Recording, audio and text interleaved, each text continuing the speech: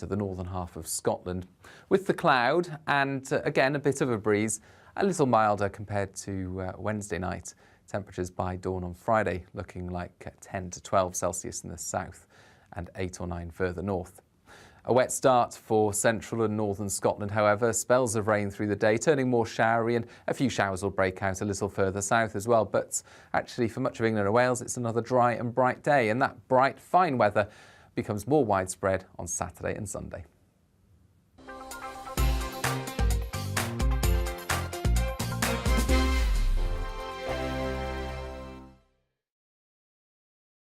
Hello, I'm Michelle Dewberry and you can join me every weekday 6 till 7 on Jubes & Kerr. Me and my panel will get stuck right into the day's events, and I can tell you, in fact, I can warn you, expect some robust debates, some strong opinions and perspectives from both sides of the fence. It's about you at home as well. I love to read out all of your comments, or at least as many as I can. So join me, Michelle Dewberry, Monday to Friday, 6 till 7 on Jubes & Kerr.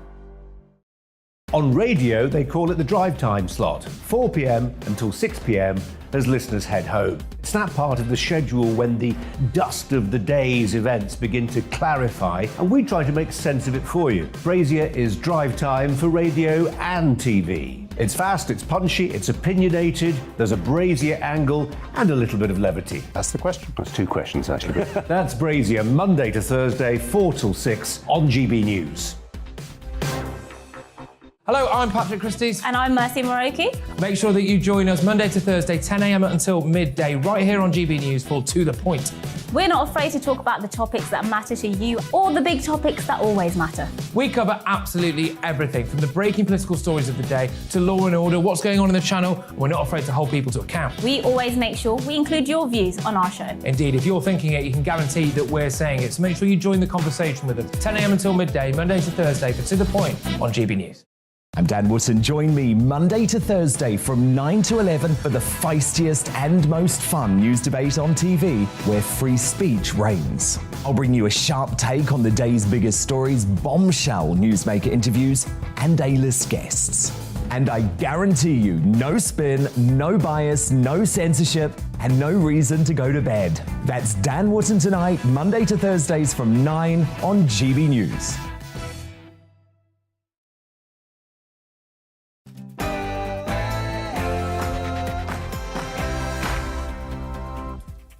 A very good afternoon and welcome to the Briefing PM, an hour of the latest political news, analysis and debate here on GB News. I'm Darren McCaffrey and here's what's coming up over the next hour between now and 4. It's all kicking off with the Northern Ireland Protocol, tensions running high as the UK government could abandon the agreement with the European Union when it comes to that protocol. What does it mean for Northern Ireland, for the UK and for the EU? We'll also be analysing yesterday's Queen's speech, what the policies were announced, what they mean for you at home, and whether the government should go further to help with the cost of living crisis.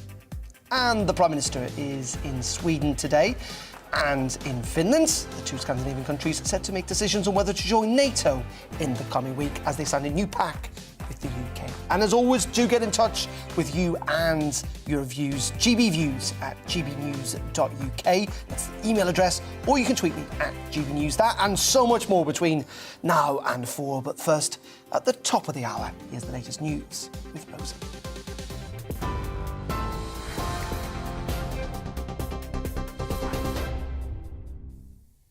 Good afternoon, it's just 1 minute past 3. I'm Rosie Wright, here to keep you up to date on GB News.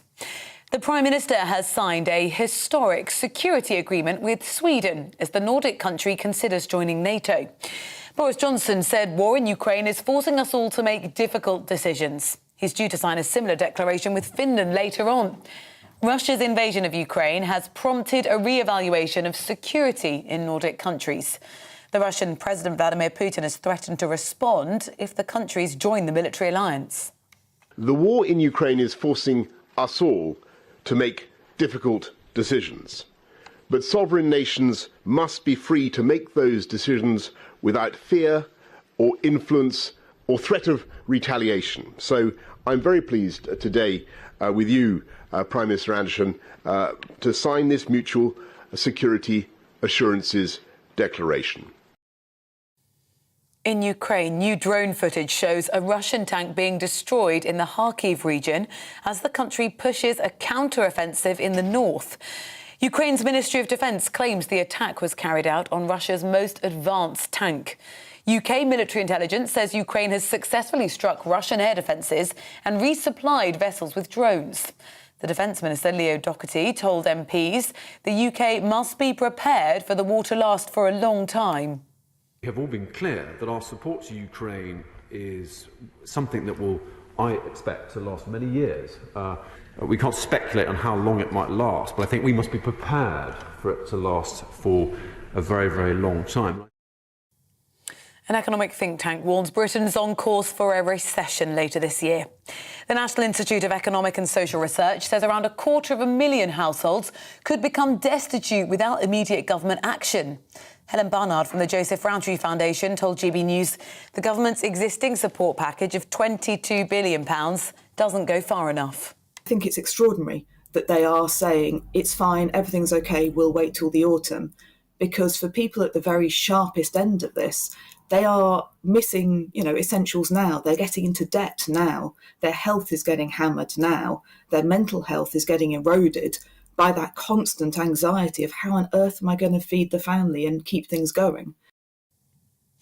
Millions of renters who are living in unsafe conditions should have their homes improved under major housing reform. The Levelling Up Secretary announced that the new Renters Reform Bill will be extended to nearly 4.5 million households.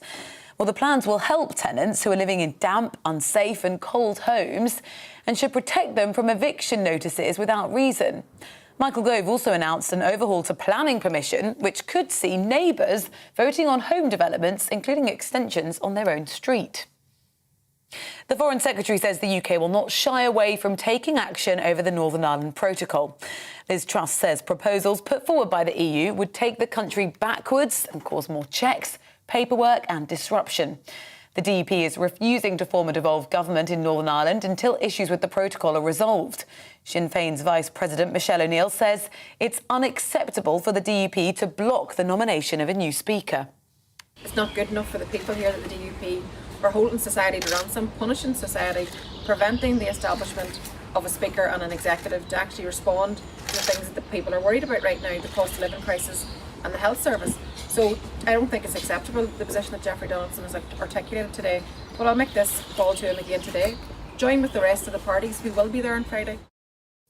A journalist been killed while reporting on a raid by Israeli security forces in the West Bank. Broadcaster Al Jazeera say their reporter, Shireen Abu Akleh, had been shot deliberately by Israeli forces in the city of Jenin. Israel's military says there's a possibility reporters were hit by shots fired by Palestinian gunmen. Face masks will no longer be mandatory in airports and on flights in Europe from Monday next week. That's the new recommendation from the European Centre for Disease Prevention and Control and the EU's Aviation Safety Agency. The airlines have been told to encourage passengers to wear face masks on flights to or from countries where they're still required on public transport. Rebecca Vardy has told the High Court she was just joking following an allegation that she told her agent to leak a story about a celebrity having an affair with a footballer. She's been giving evidence in court after suing fellow footballer's wife, Colleen Rooney, for libel. In 2019, Mrs Rooney accused Mrs Vardy of leaking false stories about her private life to the press. Mrs Vardy denies leaking stories to the media and the trial continues. You're up to date on GB News. I'll bring you more as it happens. Now let's head back to Darren for the briefing.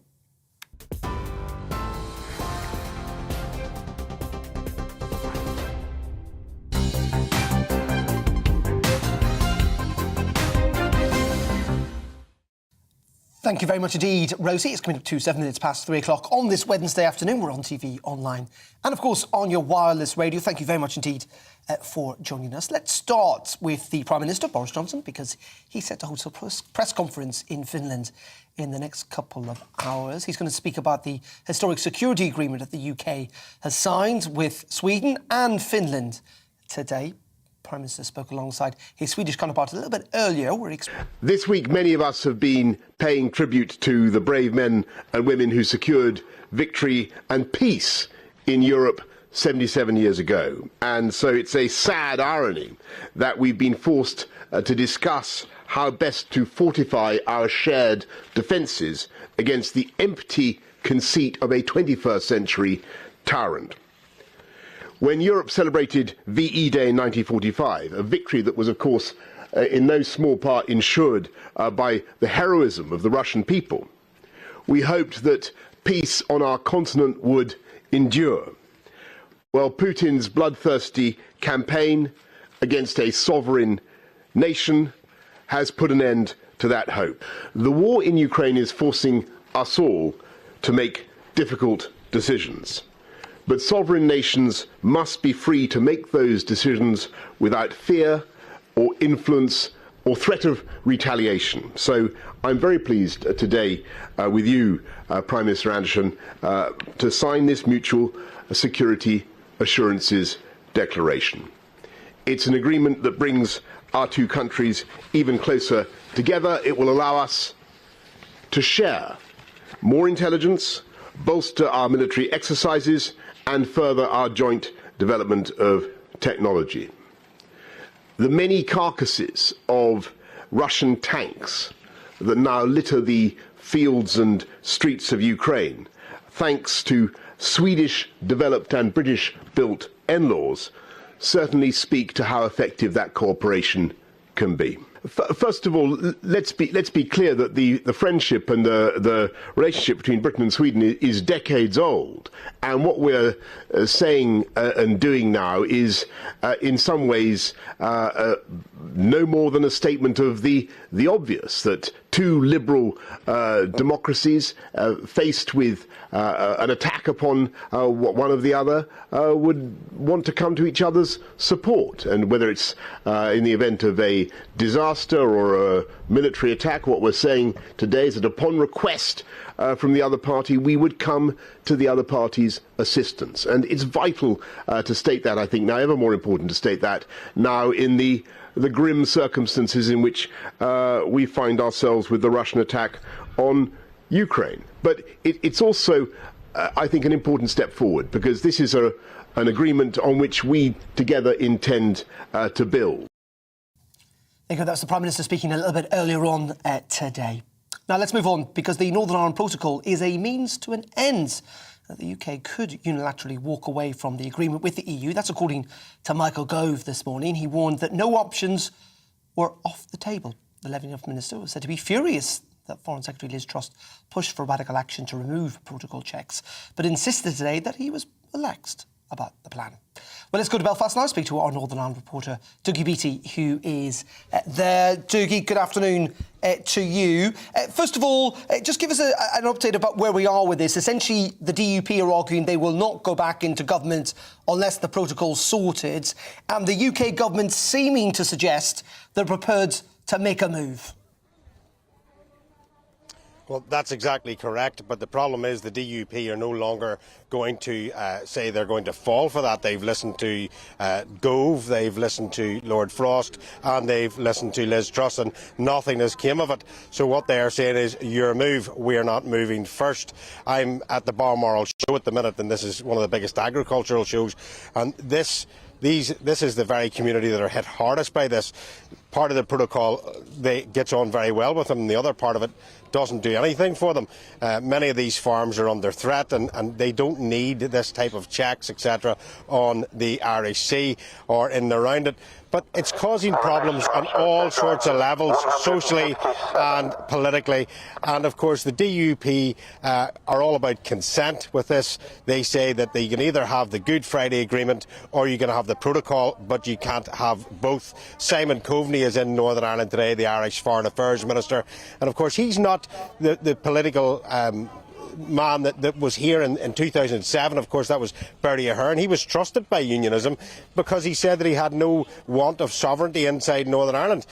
Unionists are very much seeing Simon Coveney as part of the problem because he's part of Europe, and it was Europe that negotiated the protocol. So things and signs are not looking good for an easy way out of this. I think that the unionists are going to hold it very, very tight before they will nominate a First Minister. In saying that, we've heard today, haven't we, from EU leaders, or certainly yesterday, I should say, the German Chancellor, the Belgian Prime Minister, effectively saying that if the protocol's changed, the whole deal might be shelved. The White House also weighing in today, warning against unilateral action.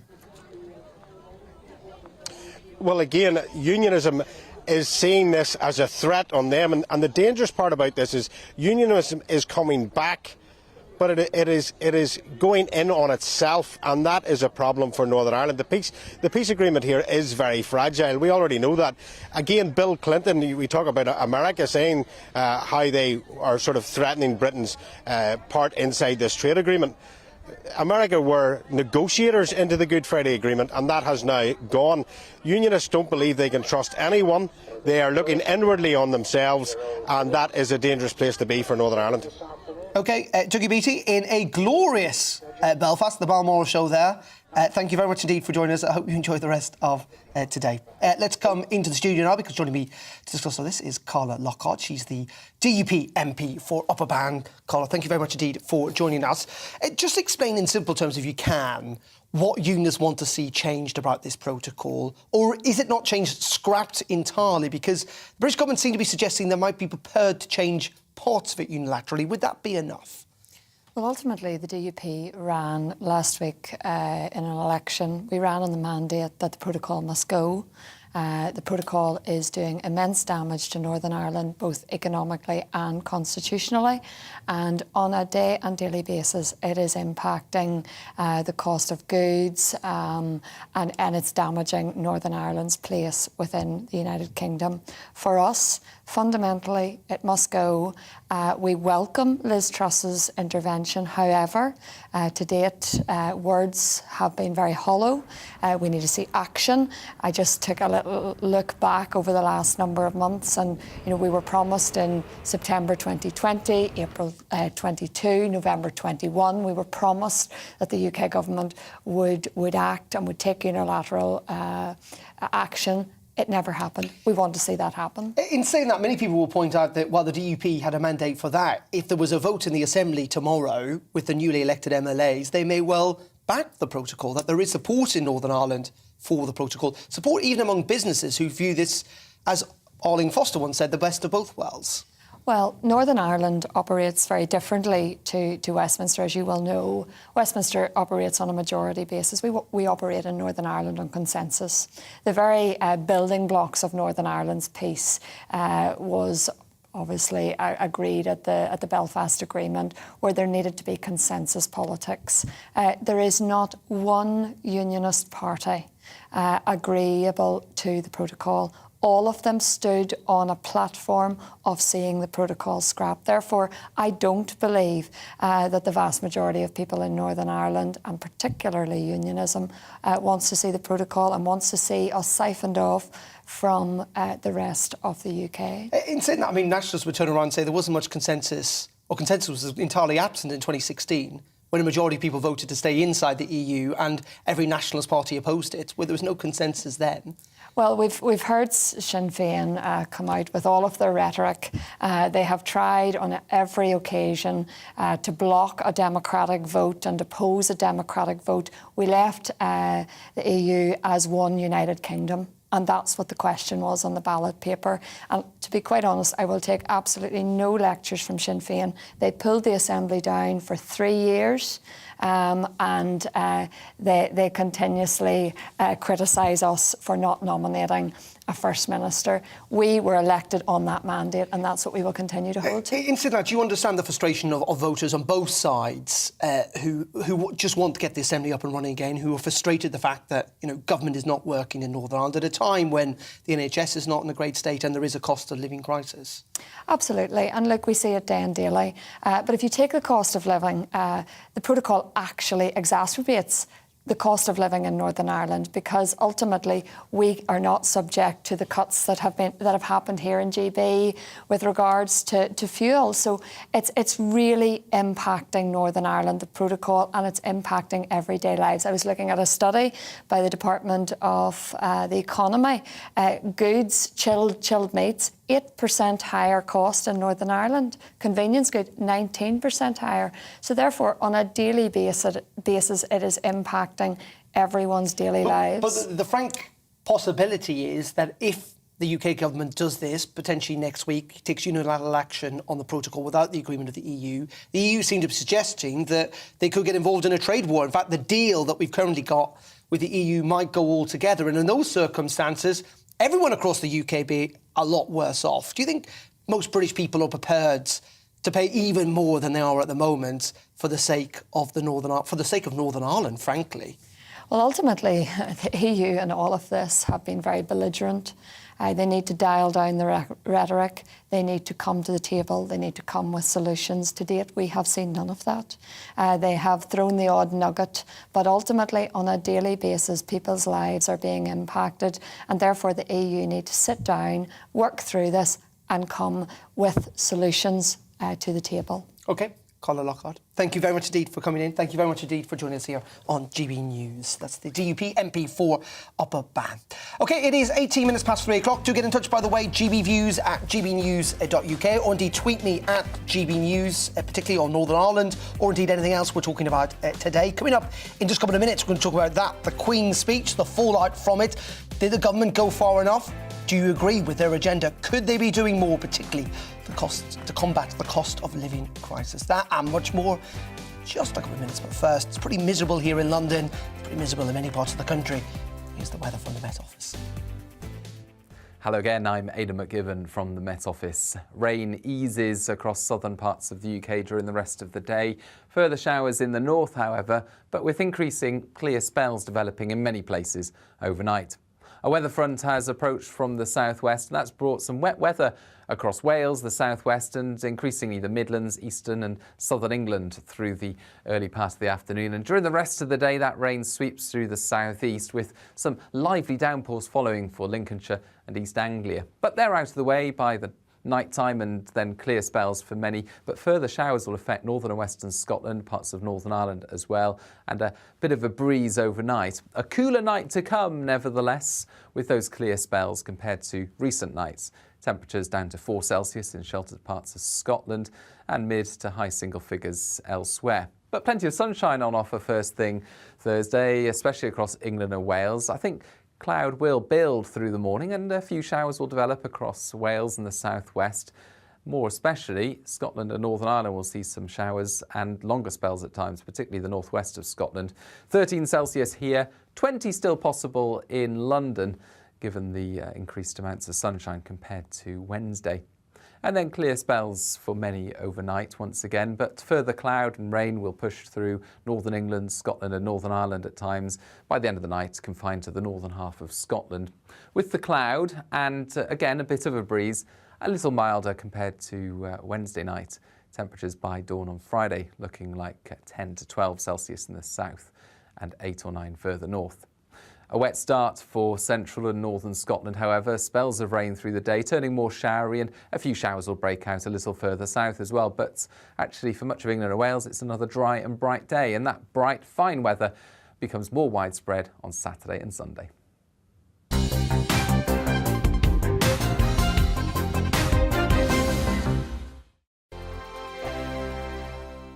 Hello, I'm Michelle Dewberry, and you can join me every weekday 6 till 7 on Jubes and Kerr. Me and my panel will get stuck right into the day's events, and I can tell you, in fact, I can warn you, expect some robust debates, some strong opinions and perspectives from both sides of the fence. It's about you at home as well. I love to read out all of your comments, or at least as many as I can. So join me, Michelle Dewberry, Monday to Friday, 6 till 7 on Jubes and Kerr. On radio, they call it the drive time slot, 4 p.m. until 6 p.m.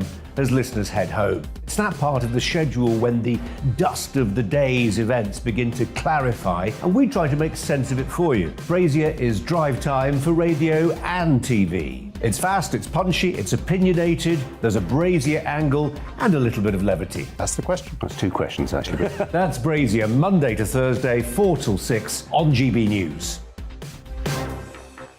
Hello, I'm Patrick Christie's. And I'm Mercy Moroki. Make sure that you join us Monday to Thursday, 10 a.m. until midday, right here on GB News for To The Point. We're not afraid to talk about the topics that matter to you or the big topics that always matter. We cover absolutely everything, from the breaking political stories of the day to law and order, what's going on in the channel, and we're not afraid to hold people to account. We always make sure we include your views on our show. Indeed, if you're thinking it, you can guarantee that we're saying it. So make sure you join the conversation with us 10 a.m. until midday, Monday to Thursday, for To The Point on GB News. I'm Dan Wootton. Join me Monday to Thursday from 9 to 11 for the feistiest and most fun news debate on TV, where free speech reigns. I'll bring you a sharp take on the day's biggest stories, bombshell newsmaker interviews, and A-list guests. And I guarantee you, no spin, no bias, no censorship, and no reason to go to bed. That's Dan Wootton Tonight, Monday to Thursdays from 9 on GB News. Where would you like to go? Just take me to the studio, please, Matt. You know where you're going. I've got a show to do. Friday Night Feast on GB News, 7 p.m. And it's like nothing you've ever seen before. We take a different angle on the week's biggest news stories. The viewers and listeners set me some absolutely mad challenges to do. We tried to rehome a rescue dog. And yes, there's some other wacky stuff in there as well. I feel like I could take on the world. Well, that's that. Friday Night Feast with me, Patrick Christie's, every Friday, 7 till 9 p.m. on GB News. Be there. Every night at 11 on GB News, we bring you the next day's stories the day before. It's basically like time travel. If it's a big story, we'll cover it, guaranteed. But we'll also have some fun along the way. Big opinions, big laughs. Sometimes big hair. This is Headliners, the paper review show that won't send you to sleep like the others will. 11 p.m, 7 nights a week. Join us.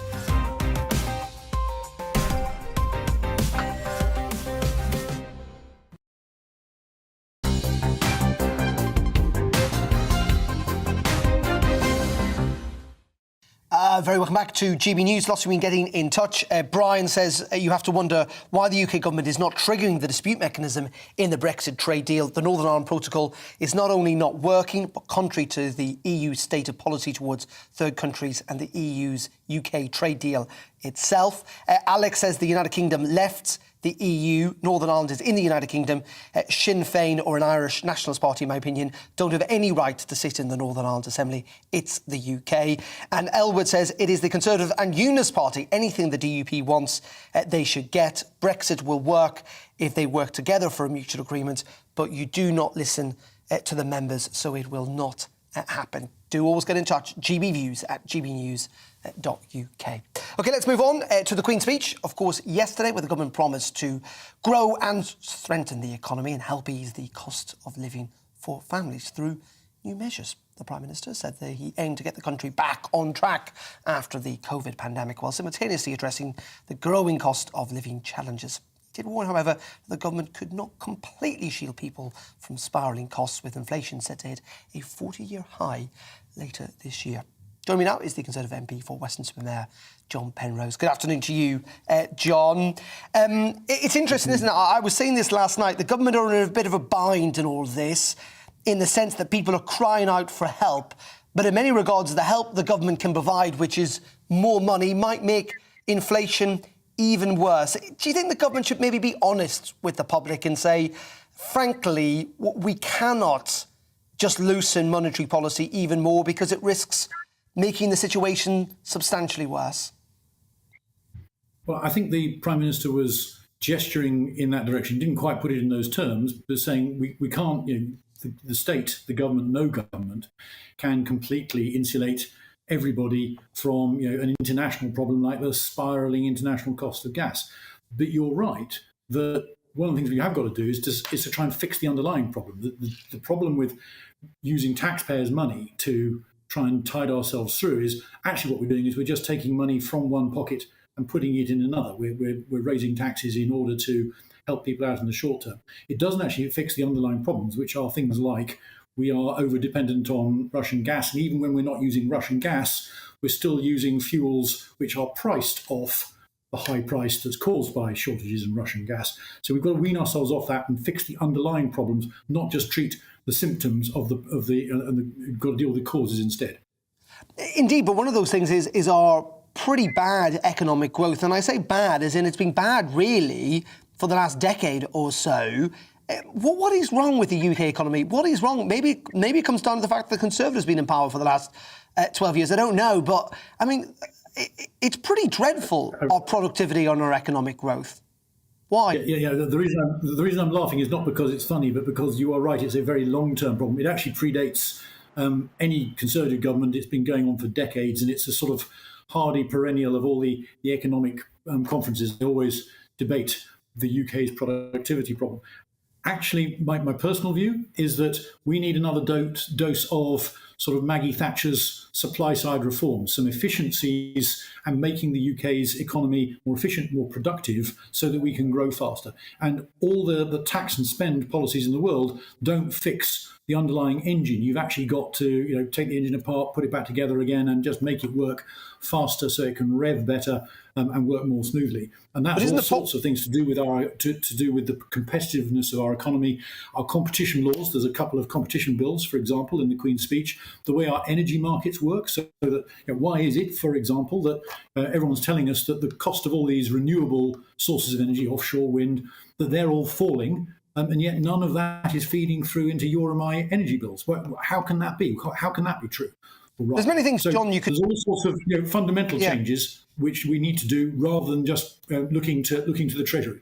I mean, there's many things that Boris Johnson could be praised or dismissed for. I mean, he's not Margaret Thatcher, though, is he? I mean, if anything, he's a big state Conservative. He loves raising taxes and spending money, it seems. Well, and so what I'm arguing is that there's a whole series of things, and actually there are bits in the Queen's speech which are starting to move us in the right direction, where we need to just to rediscover a bit of that Maggie Thatcher mojo, if I can put it that way. And so, for example, there's a competition bill that's supposed to be it is in the Queen's speech. That's going to be really vital, because if we sharpen competition, that makes British firms more competitive, it makes them better at exporting, all those things. That's what we've got to get back to, alongside the other bits and pieces in the rest of the programme about levelling up. So it's not a question of do one or the other. We've got to do both. And just very finally, John, while I've got you, just in the last hour or so has been reported by Politics Home that Mark Spencer, the leader of the House of Commons, has said that there's been unsavoury individuals who've been able to become MPs in the rush announcements of the 2017-2019 election, and the public can expect better candidates at the next election. Is that what you found with your colleagues in the 2017 and 19 intake, that they're just not as good as MPs from earlier elections? Actually, no, I haven't found that. I don't know if Mark was referring to Conservative MPs or other parties' MPs, but I haven't found that, no. In fact, I've been really impressed by the breadth and depth of talent we've got. We've got a much broader range of people, certainly in the Conservative Parliamentary Party, and they come from a whole variety of backgrounds, and they've got all sorts of skills which I think would have been much, much rarer in previous generations if you go back to 30, 40 years before you and I were ever here. OK, John, just to say, he did say, I think we'll be in a much better place at the next election. Certainly the Conservative Party, as we will have taken much more time to scrutinise people, there will be a much longer process. So there we go. We'll have to wait and see. I'm not entirely sure the most recent intake of MPs will find that as a compliment now, but we'll see. John, thank you very much indeed for joining us. John Penrose there, joining us from Parliament. OK, you're watching GB News. It's just after 3:30. We're going to have more on the Northern Ireland Protocol, the Welsh elections, where the Conservatives did pretty badly, and also the government's Rwanda immigration scheme. Immigration ministers been facing MPs today. That and much more between now and 4. But first, literally bang on 3:30, here's the news.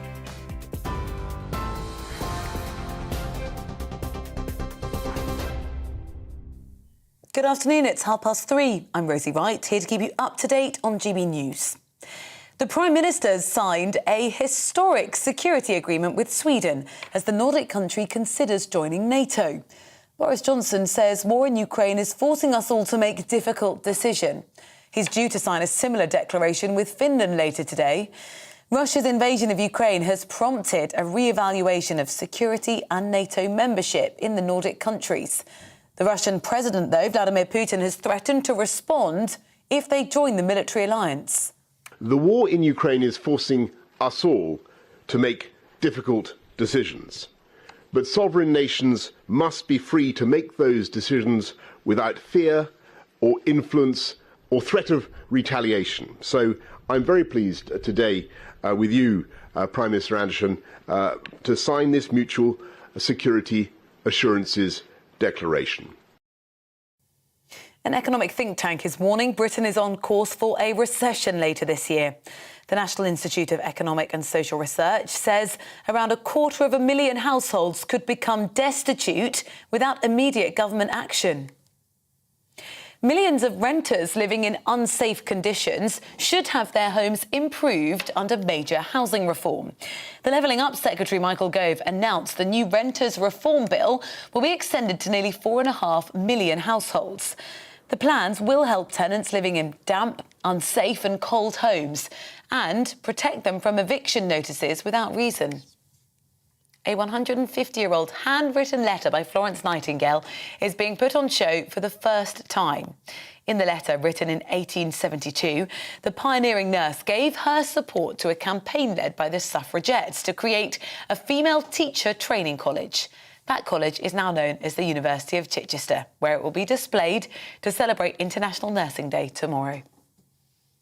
TV, online and DAB Plus radio, this is GB News.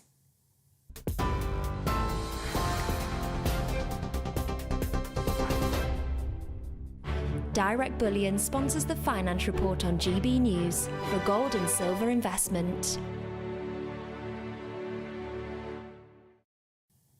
Here's a quick snapshot of today's markets. The pound is 1.24 to the dollar. The pound is 1.17 to the euro. And the price of gold currently stands at £1,494.93 per ounce. Direct Bullion sponsors the Finance Report on GB News for gold and silver investment. Hello, I'm Michelle Dewberry and you can join me every weekday 6 till 7 on Jubes and Kerr. Me and my panel will get stuck right into the day's events and I can tell you, in fact, I can warn you, expect some robust debate, some strong opinions and perspectives from both sides of the fence. It's about you at home as well. I love to read out all of your comments, or at least as many as I can. So join me, Michelle Dewberry, Monday to Friday, 6 till 7 on Jubes and Kerr. On radio, they call it the drive time slot, 4 p.m. until 6 p.m. as listeners head home. It's that part of the schedule when the dust of the day's events begin to clarify, and we try to make sense of it for you. Brazier is drive time for radio and TV. It's fast, it's punchy, it's opinionated, there's a Brazier angle and a little bit of levity. That's the question. That's two questions, actually. That's Brazier, Monday to Thursday, 4 till 6 on GB News. Hello, I'm Patrick Christie's. And I'm Mercy Moroki. Make sure that you join us Monday to Thursday, 10 a.m. until midday, right here on GB News for To The Point. We're not afraid to talk about the topics that matter to you or the big topics that always matter. We cover absolutely everything, from the breaking political stories of the day to law and order, what's going on in the channel. We're not afraid to hold people to account. We always make sure we include your views on our show. Indeed, if you're thinking it, you can guarantee that we're saying it. So make sure you join the conversation with us, 10 a.m. until midday, Monday to Thursday, for To The Point on GB News. I'm Dan Wootton. Join me Monday to Thursday from 9 to 11 for the feistiest and most fun news debate on TV, where free speech reigns. I'll bring you a sharp take on the day's biggest stories, bombshell newsmaker interviews, and A-list guests. And I guarantee you, no spin, no bias, no censorship, and no reason to go to bed. That's Dan Wootton Tonight, Monday to Thursdays from 9 on GB News.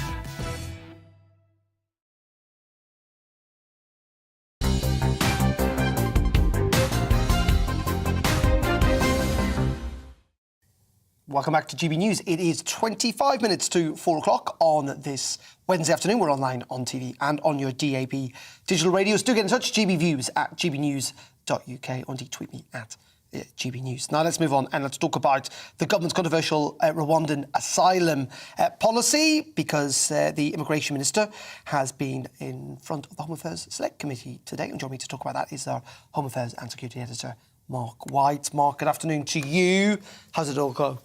Well, Tom Pursglove was speaking for the first time since the announcement last night that those first group of asylum seekers have been informed now of the Home Office's determination to send them on this one-way journey to Rwanda. Quite when they'll be going, of course, is anybody's guess, because we can expect a whole raft now of legal challenges in the courts from individual asylum seekers, charities and associated rights organisations, human rights groups and the like. So even the Prime Minister, the government acknowledged that it might be some months before those first flights can start going to Rwanda. But Tom Pursglove, he certainly believes that it is in itself not a panacea, but taken as part of other measures, it could help break that model of the people smugglers pushing people on board small boats across the channel by effectively cutting the business model away from them, because there is no guarantee that you're going to be able to stay in the UK if you use that irregular route. Now, he was asked a question during his evidence to the Home Affairs Select Committee by one of the committee members, Diane Abbott. She was actually talking about the system that worked in Israel between 2014 and 2017. We've not really spoken about this an awful lot, but during that time, 4,000 failed asylum seekers were sent from Israel to Rwanda.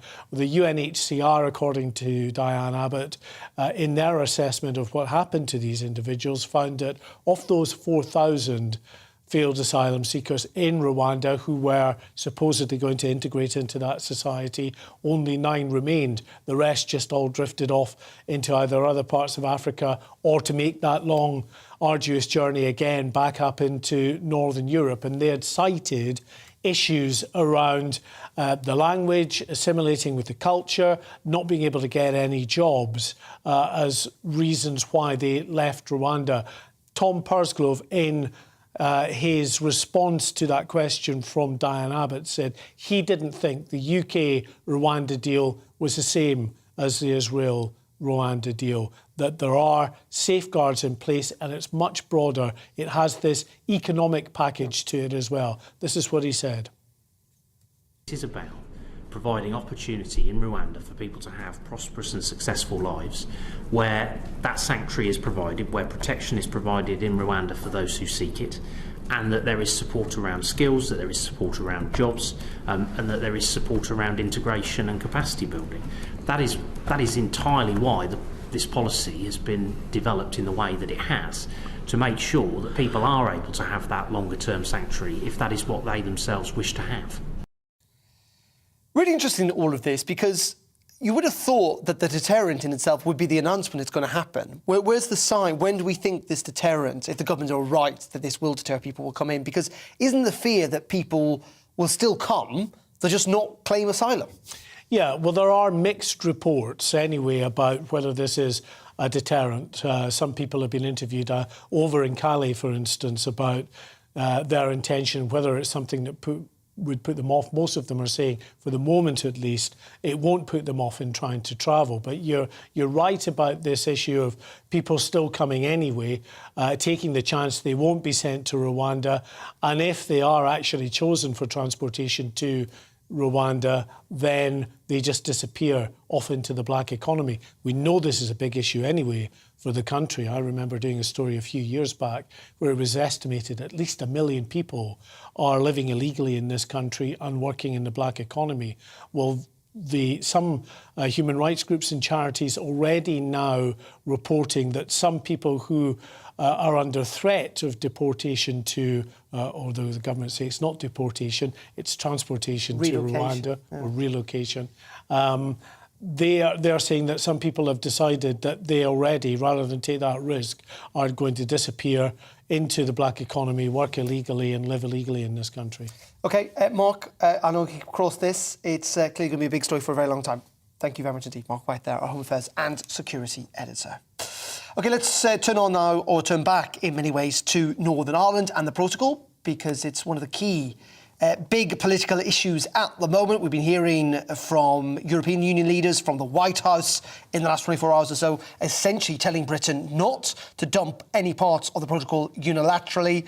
Of course, mentioned briefly in the Queen's speech yesterday. Many reports, though, that Liz Truss, the Foreign Secretary, is prepared next week, as early as next week, to unilaterally start changing parts of the protocol. Let's bring in the Home Affairs spokesperson for the Liberal Democrats, Alastair Michael, who joins us down the line. Alastair, thank you, as always, for joining us. I mean, frankly, the government don't seem to have much choice in this, do they? In the sense that if you're going to get government back in Northern Ireland, as UNIS themselves seem to be suggesting, and it's not just one party or another, it's all three of the major parties, that the protocol either has to change or go, or there will be no governments. Well, the protocol was always going to come with a massive range of difficulties with it because, it was one of the different options that Boris Johnson had after he had taken down Theresa May's backstop provision.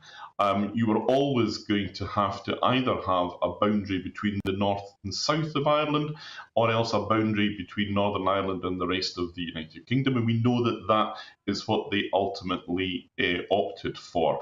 Now, remember, this is a deal that Boris Johnson went off and negotiated. It's the deal that he signed.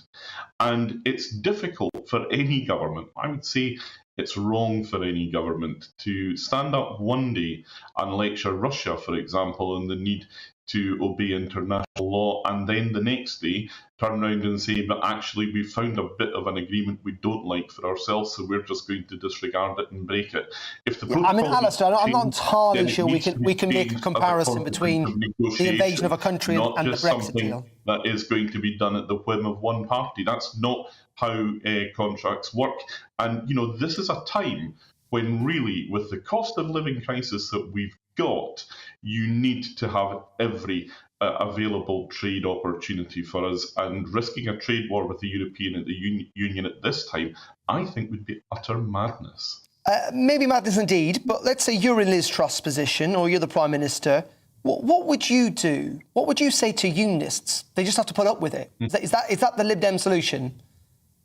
Well, no, look, we would not have put ourselves in this position in the first I know, but we are where we are, so let's forget about what happened. Let's talk about what you would do now. Once we decided to come out with the customs union, that something of this sort was going to happen.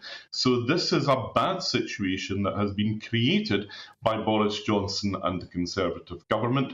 And, the unionists were right to say at the time that this would be a threat to the constitutional integrity of the United Kingdom, and so it has turned out to be. So either you have to stick with the agreement that you've made, or you have to go back and renegotiate it. It's up to the government to decide how they want to deal with this.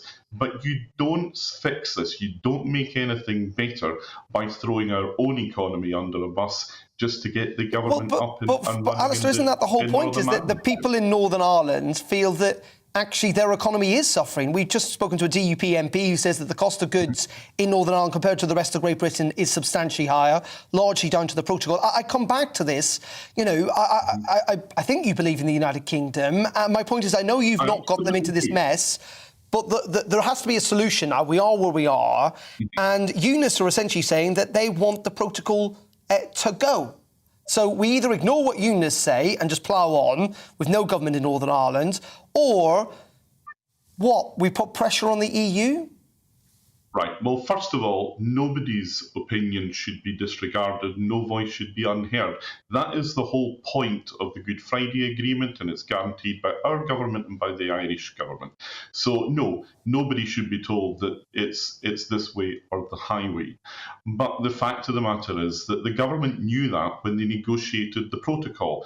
Yes, this is a dreadful situation, but it is a dreadful situation of our own creation, of our own government's creation, and that's why the government has now got to come up with some alternative rather than just breaking it up. You can't, as a major European power, make an agreement one year, walk away from it without negotiation the next year just because you don't like it.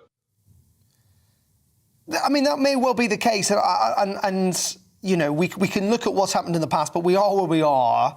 There is a question, many people would say, that the UK, potentially having let Northern Ireland down in the past, needs to stand up for it now. And if that means a trade war with the EU, well, then so be it, because in the end, the protocol is not working, it needs to be changed, and you need to protect the whole of the United Kingdom. you seem to be sort of proceeding here on what I think is a false premise, in that it is in the interests of Northern Ireland that there is a trade war between the United Kingdom and European Union. That is absolutely not the case. The government has created this situation. They now need to come back with something that recognises the political realities of the mess that they have created.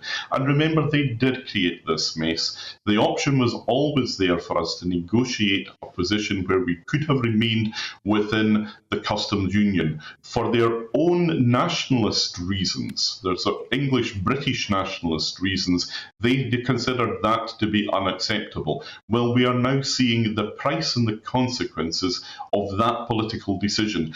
The Unionists are right to be concerned. The Conservative Party used to be the Conservative and Unionist Party. It's about time they started behaving like that.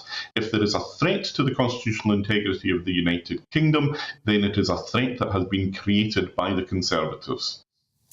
OK, Alastair, as always, thank you very much indeed for your time. Alastair joining us from Parliament. Thank you very much. Let's move on. The government has announced measures aimed at levelling up the country in the Queen's speech yesterday. The measures included unlocking new powers for local authorities to bring empty premises back into use and to instigate rental auctions on vacant commercial properties in town centres and on High Street, as well as alfresco dining as a new key part of legislation. Do you remember that during COVID times? You wouldn't be doing it today, though. In support of reinvigorating high street pavements, licensing red tape will be permanently scrapped, freeing up businesses to serve food outdoors to diners all year round, even in the middle of January. Alexschlager is from SaveTheHighStreet.org. Alex, good afternoon to you. I assume you welcome these potential new measures. Yes, we do, Darren. You know, the most transformational period in the history of the high streets has been said many times, and the coming months will prove to be, yet again, a real opportunity for us to regenerate high streets from the bottom up. One of the biggest challenges we face today is that many high streets around the UK have become boarded up ghost towns. Others have major gaps that are sucking life out of the town centre. So we can use this as an opportunity to get the right businesses in the right places and ensure they're doing the right things. It goes a long way towards transforming and strengthening high streets in the UK. Yeah, we get that, Alex. What I would say to you, though, in many regards is, you know, there is still a tendency, isn't there, to try and bring shops and dining experiences to high streets. Do we not need to accept that things have changed in the last 2 years and actually maybe high street should be entirely or at least partly repurposed in other ways, housing, gyms, etc.? I know that's happening a little bit, but people still seem to want to fill those vacant shop fronts with more shops. Well, I think there's certain really good examples of where we need to start to think about not just replacing like for like. One great example would be the large old department stores that are lying empty.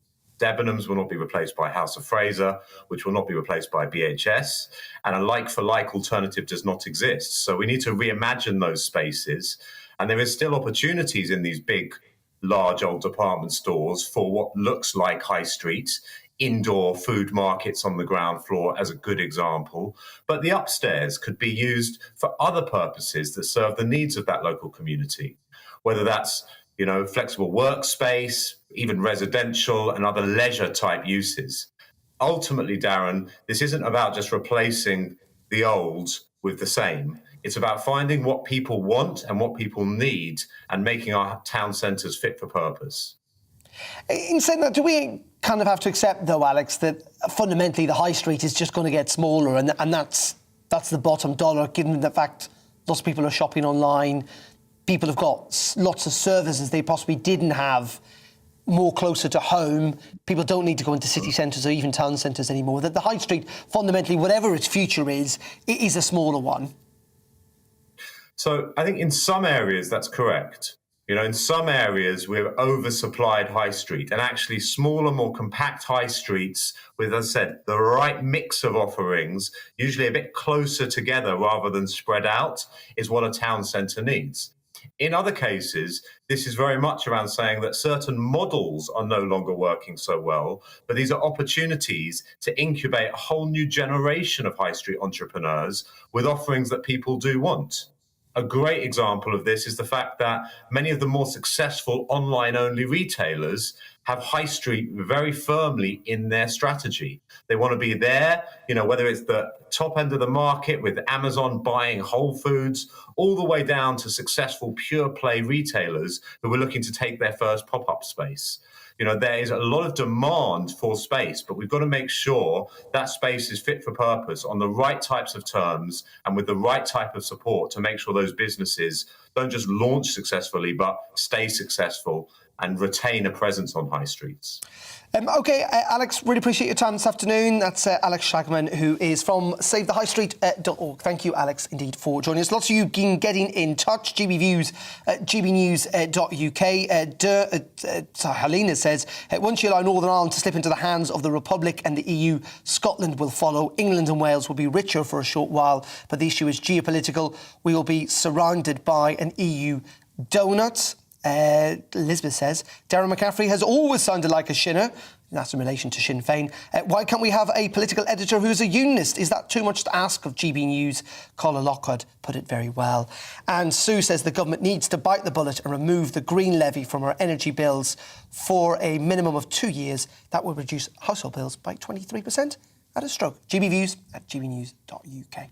OK, we've got a couple of more minutes left on the programme. Let's turn to Wales now and speak to the Welsh Conservative leader, Andrew R.T. Davies, who joins us down the line. Andrew, thank you very much indeed for joining us. I'm going to talk about levelling up in 1 second, but let's talk about the election results in Wales last week. They couldn't have been much worse for the Conservatives, could it have been? Well, it was a tough night at the office for us. There's no doubt about that. They weren't as bad as the 2012 election results, which were dominated by the pasty tax and the caravan tax from George Osborne's budget in that year. Obviously, the national scene wasn't good for us, but we did get some very good councillors elected. We put a record number of candidates in the field for people to consider voting Welsh Conservatives, but we have to reflect on what was a disappointing night. Why is that, though? It seems that Wales is turning into a Labour fiefdom from where we're sitting. Well, the Welsh Conservative brand was a very strong brand in the election, but it was the national scene that obviously did for us, if you like, on polling day. And we've got to work hard now through the summer to win the confidence back of people who maybe sat this election out and didn't turn up on polling day, who might traditionally vote Welsh Conservative. As I said, we put a record number of candidates. We were the only major party to grow our candidate base here in Wales. 669 candidates fought this election for us. But I'm not trying to gloss it over at all. It was a difficult night at the office. We sadly lost some very good councillors, but we dust ourselves off, we go forward and we energise ourselves ready for the general election whenever that might come. Well, indeed, and you lost 86 councillors and your one council that you did control, Monmouthshire. You seem to talk about the national picture. You're alluding there to the Prime Minister? Well, let's not forget we had a really good general election in 2019, returning a record number of MPs that was led by Boris Johnson. We had a really good Senedd election, which is the Welsh version of the general election last May, which we increased our foothold here in the Welsh Parliament, a record number of new MSs being returned with a record share of the vote, accepting that last Thursday wasn't a good day at the office for us. And that's why, as I said, we've got to pick ourselves up, dust ourselves off and get back onto our winning ways that we had in 2019, 2021, and learn the lessons from last Thursday. OK, Andrew, and in 10 seconds, Simon Hall, I think the Welsh Secretary last night, said that some of the announcements in the Queen's speech yesterday were as dull as hell. Do you agree? Well, it's for the government, obviously, to put its programme before Parliament and therefore answer the questions that the people are asking of it. If they don't answer those questions, then they're going to struggle at the ballot box. I'm excited by some of the proposals on the table, but it's for the parliamentary party now to come together, get behind the government and make sure that we build a positive agenda so people can have confidence when it comes to cost of living and other matters that are really important to them. Andrew R.T. Davies, as always, thank you very much indeed. Thank you. That's it for me today. I'm in Hull tomorrow from 3 o'clock. Join me then. Up next, Colin Brazier. But I'll leave you with the weather. See you tomorrow. Hello again, I'm Aidan McGibbon from the Met Office. Rain eases across southern parts of the UK during the rest of the day. Further showers in the north, however, but with increasing clear spells developing in many places overnight. A weather front has approached from the southwest, and that's brought some wet weather across Wales, the southwest, and increasingly the Midlands, eastern and southern England through the early part of the afternoon. And during the rest of the day, that rain sweeps through the southeast with some lively downpours following for Lincolnshire and East Anglia. But they're out of the way by the night time and then clear spells for many, but further showers will affect northern and western Scotland, parts of Northern Ireland as well, and a bit of a breeze overnight. A cooler night to come, nevertheless, with those clear spells compared to recent nights. Temperatures down to 4 Celsius in sheltered parts of Scotland and mid to high single figures elsewhere. But plenty of sunshine on offer first thing Thursday, especially across England and Wales. I think cloud will build through the morning and a few showers will develop across Wales and the southwest. More especially, Scotland and Northern Ireland will see some showers and longer spells at times, particularly the northwest of Scotland. 13 Celsius here.